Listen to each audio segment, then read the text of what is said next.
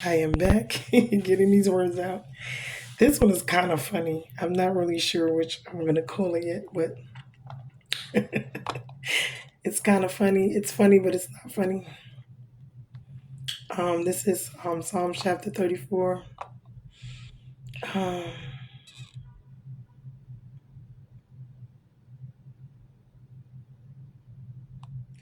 I'm trying to see where I want to.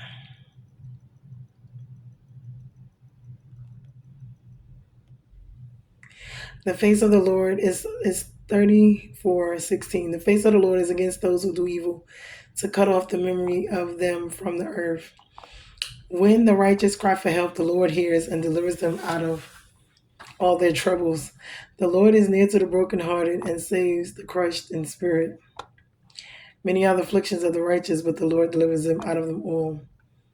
Okay, so I'm going to stop right there. This one, kind of a backstory. He wrote this one. He was praising, he was worshiping. It was kind of a mixed one. It's a little long. I'm going to go through the different parts of it.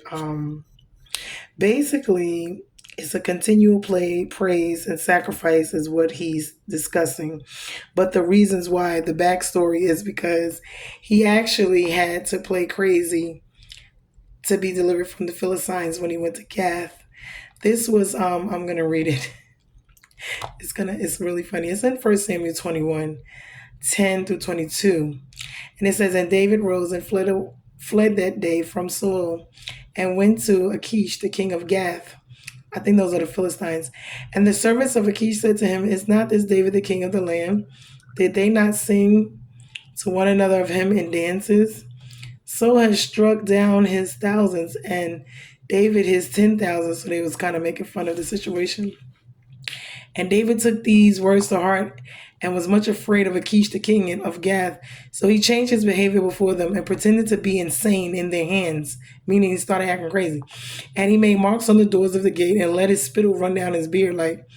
Then Achish said to his servants, behold, you see the man is mad. Why then have you brought him to me? Do I lack madmen that you have brought this fellow to behave as a madman in my presence? Shall this fellow come into my house? So he tells them to take him. Basically, what happened is they put him in the caves, which is what they did with crazy people. That was one of the people that are rejected, the crazy ones. So it was recorded, but actually, it saved his life because he had to play crazy to keep from being killed. Isn't that something? But God allowed him to use that and he was put into those caves so that he wouldn't be killed. So that is something in itself. So, and my voice is just getting terrible. I'm going to have to get me something.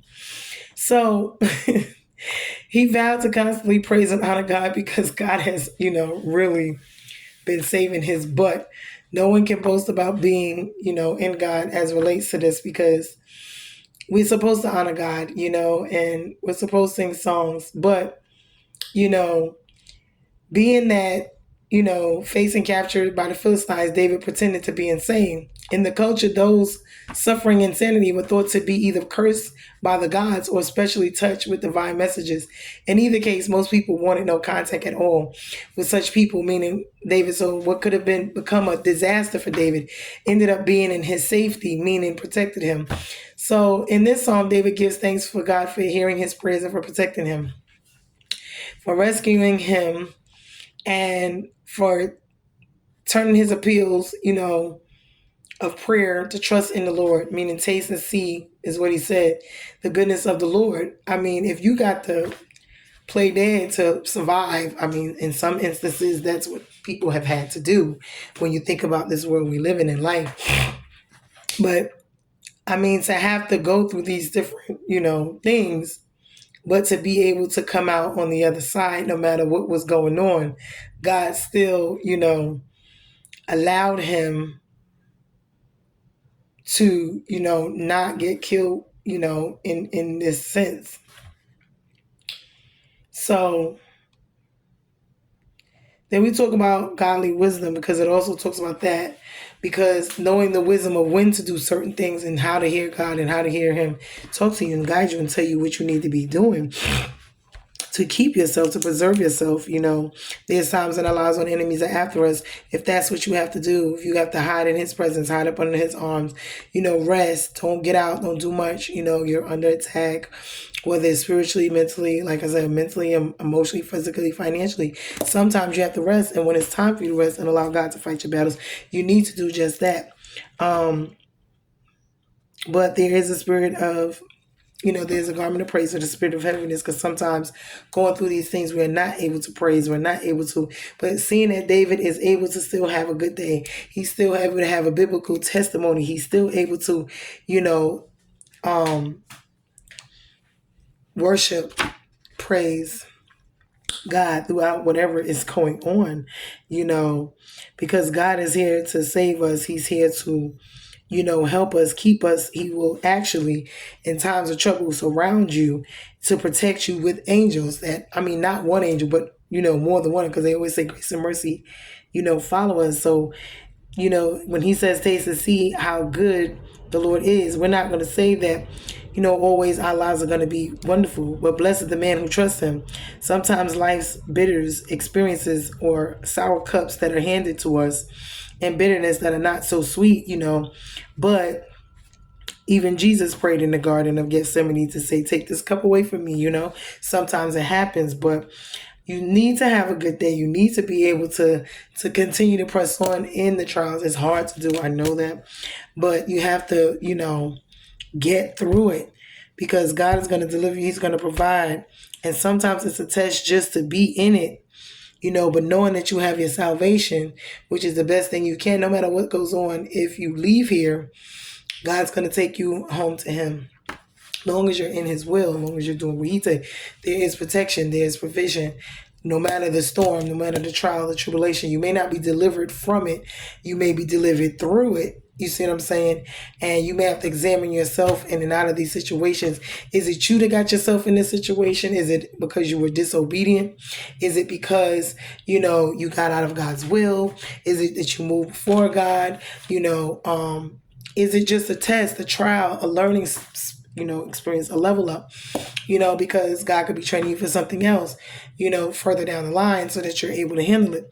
So, we got to sit here and really, think about, the hardships. We're not going to be immune to them. Like He said, many other afflictions of the righteous, because in this world, people tend to think that because you're saved that you're not going to go through anything. Not so. God will provide you what you need during the storm. He will provide guidance. He will provide provision. You got to be obedient. You got to listen to Him. Walking with Him is not going to be a magical defense, but it keeps some things away. It helps you with a lot of unnecessary consequences as well. Keeping people from persecuting you in certain instances, So you got to pursue wisdom, knowledge, and understanding. You got to pursue godliness, goodness, rather than sin. You got to know if it's sin that got you in these situations, because sometimes we're sinning. Some of the sins we don't know. We think we're doing right and we're not. So we got to examine ourselves. God knows, both the good and evil in us, and He will give you what you deserve and what you desire, depending on what that is, especially if it lines up with His will. But the reality of it is reality of suffering and struggle is that God will eventually rescue you. It will not last for eternity. Every life, every storm, every season, it changes. That's why they say, this too shall pass, because eventually it will pass. You just got to stay in it, fret and faint not. And it's not always, the rescue is not always going to be physical. It's not always going to be promises or whatever. But what it will do is promise you a salvation and promise that God will provide and protect you throughout it. That's what it is. God provides. He promised you your salvation regardless of it.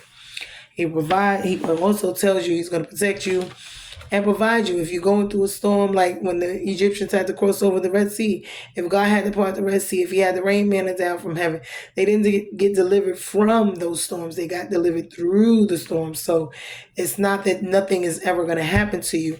It will happen. and many other afflictions of the righteous. So it's not like you're not going to get anything. You are going to get some stuff. This is inevitable. They persecuted Jesus all the time he was here up until death. We are going to be persecuted. We are going to be sought after. We are going to be a target for the devil because he just loves to get at us, loves to do things to us on the regular. Why? Because it just is, he loves to have issues with God's children. But that is that message. I still got a couple more. I'm trying to get these out as quickly as I possible. I need to get them all done so I can start on my next set because it's been so long since I put one out. So I'm trying to get them all done. We are bruised and not broken. We have biblical testimonies. We are going to strive to have praise even in difficult times. We are going to, Lord, have continual praise if we can. And we're going to allow these storms and everything we're going through to teach us and to grow us and to level us up and to learn as God want them to do. You can't stay babes in Christ. You got to grow. You got to move forward. You got to, and it's going to be, you got to crawl, but you got to walk. You got to get it together. Certain times you got to be, you can't be a Christian and get saved and the same that you was 10 years ago. That's just like even in life. Your spiritual walk has to be just as powerful, or just as, you can't just sit there and be, no, you got to be moving forward. Anyway, bruised and not broken. Be blessed, guys.